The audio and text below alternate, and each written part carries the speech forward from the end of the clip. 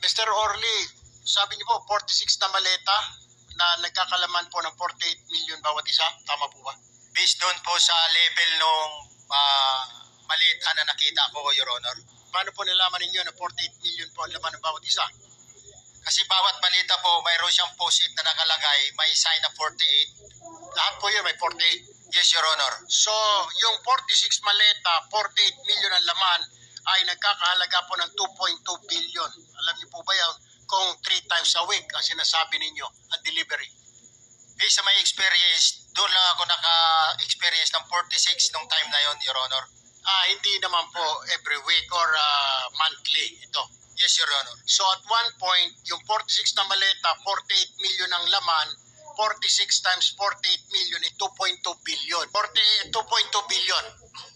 Ganun po yung multiplication eh. Siguro, Your Honor, yun ang lumalabas. So one time lang po ito. One time lang po, yung time ko lang yan, nung panahon na na-identify ko si Congressman Yap, Your Honor. Alright, maraming salamat.